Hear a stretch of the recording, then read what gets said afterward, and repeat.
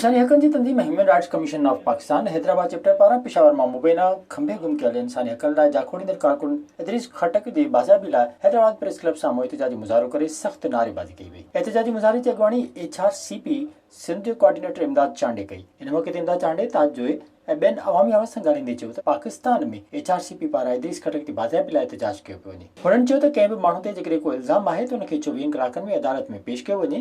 इदरीस खटक खे गुज़िरियल साल नवंबर 2019 खां खंबे गुम कयो आहे। खेसि अञा ताईं कंहिं बि अदालत में पेश न कयो आहे। उन जा घर भाती तमामु घणो परेशान आहिनि। Human rights commission of Pakistan जे तरफ़ां पाकिस्तान जे तमामु जेके अहम प्रेस क्लब आहिनि उन्हनि जे ॿाहिरां इंसानी हक़नि जे कारकुन इदरीस खटक जे बाज़ियाबी जे लाइ अॼु ही हिकिड़ो एहतजाज कयो पियो वञे।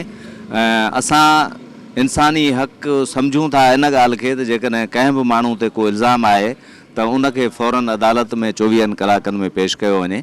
पर इदरीस खटक खे गुज़िरियल नवंबर 2019 खां गिरफ़्तार करे अञा ताईं कंहिं बि अदालत में पेश न कयो वियो आहे। इंसानी हक़नि जी तंज़ीम पारां मशहूरु सासी ऐं इंसानी हक़नि जे कारकुन इदरीस खटक जे आज़ादीअ लाइ पूरे पाकिस्तान में एहतजाज कयो वियो आहे। हैदराबाद में बि रीजनल ह्यूमन राइट्स कमीशन पारां हीअ एहतजाज आहे।